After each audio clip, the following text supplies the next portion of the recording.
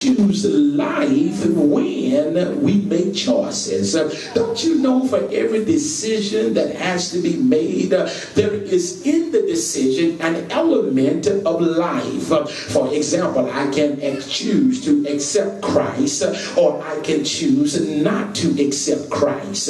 If I choose to accept Christ, then I have chose life. But if I choose not to accept Christ, then I have chosen death. I can choose to obey God or not. If I choose to obey God, then that's life. If I choose not to obey God, then that's death. I can speak positive or negative about my brothers and sisters, but when I speak positive about my brothers and sisters, that is life. When I speak negative about my brothers and sisters, then I choose death.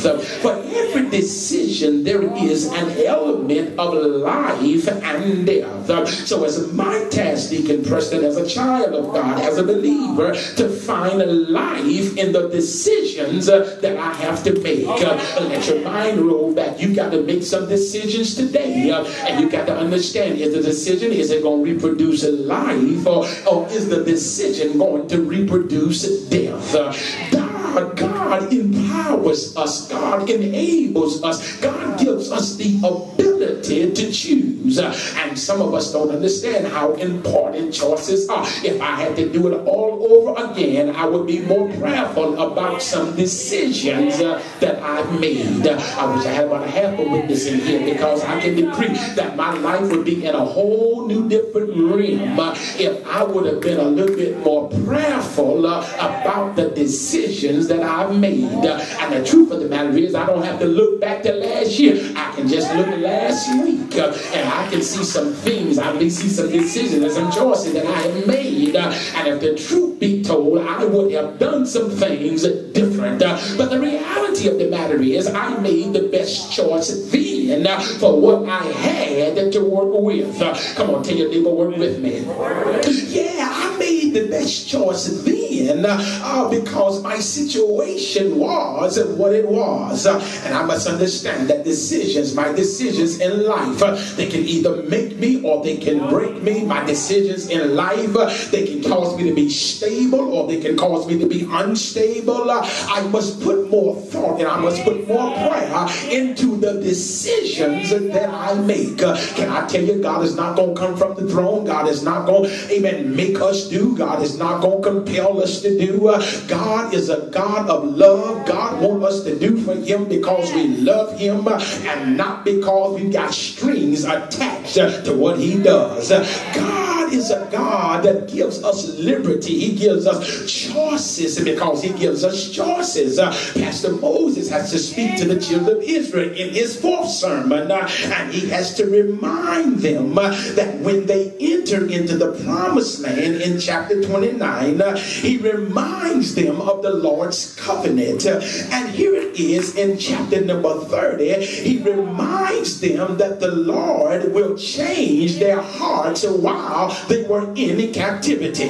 So chapter number 29, he talks about the covenant. In chapter number 30, he's talking about change. And here it is, the Lord will gather them together once again and return them to their land. The Lord is going to bless them. He's going to make them more prosperous than ever. But the truth of the matter is, the reason why they're living below their means is because they have choose and they made some decisions that's not consistent with the will of God. Isn't God a good God that'll still watch over us when we make decisions? And God will not leave us. God will not forsake us when we make choices that does not include God. God is not intimidated. God is not alarmed. He's not alert. He's not alarmed, because God knows at the end of the day it's him that gives us the strength and the source of our strength to do what we do. So God is not concerned. He's not moved He's not agitated when we don't choose life, because he sets them before us. He sets choices before us. In Deuteronomy chapter 30 verse 11 through 20, the choice is given between life and death. It's given between blessing and cursing. This text is so clear because the Lord says that I call heaven and earth to record this day against you. So in other words, heaven and earth becomes a witness in the court of law. The Lord says, I need heaven and earth. You get ready to witness. You get ready to hear, and I need you to be able to witness the proclamation that I'm getting ready to give. Look at God. He's so much God here. Used the creation. The Creator uses the creation to witness against his creation.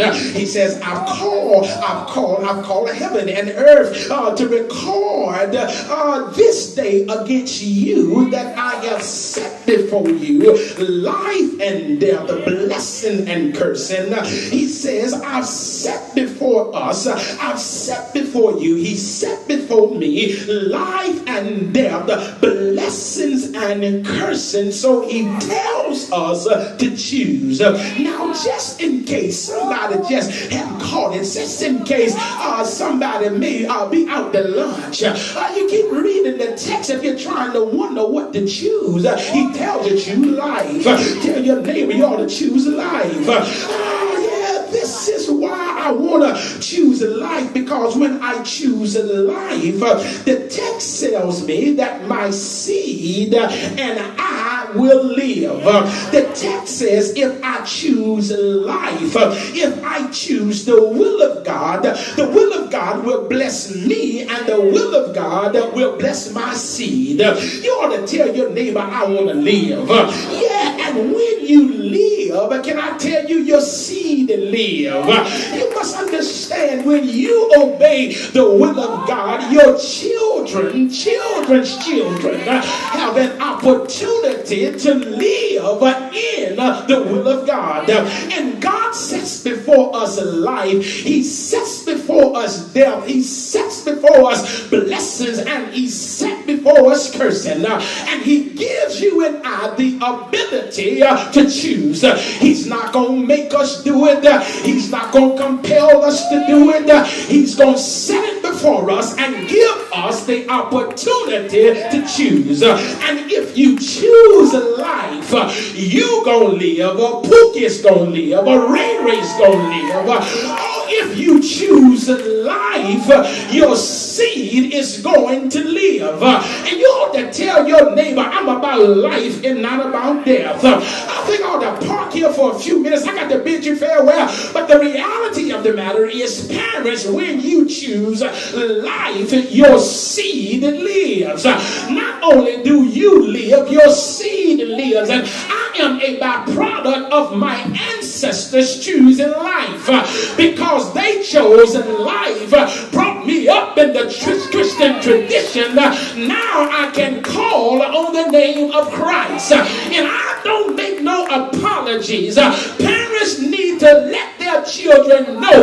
we are about life and not about death, because what you got to understand, sister and brother, is that you are affecting and impacting generations to come. And I want you to know that the next doctor can't be proficient, and the next lawyer can't be proficient, and the next politician can't be proficient until they get some advice from some hands that are rocking the cradle. And I think I ought to tell you that you ought to choose life, because this thing is bigger than you. It's bigger than me. You got some seed in your loin, and your seed's got to reproduce, and that seed reproduce. And if you live, then your seed can live. But if you choose not to walk in the will of God, how can your children carry on that which you have not taught about? You ought to tell your neighbor it's time to choose life. Yes, I chose life. I got to leave here, but I chose life because I'm about living. I ain't about anything dead.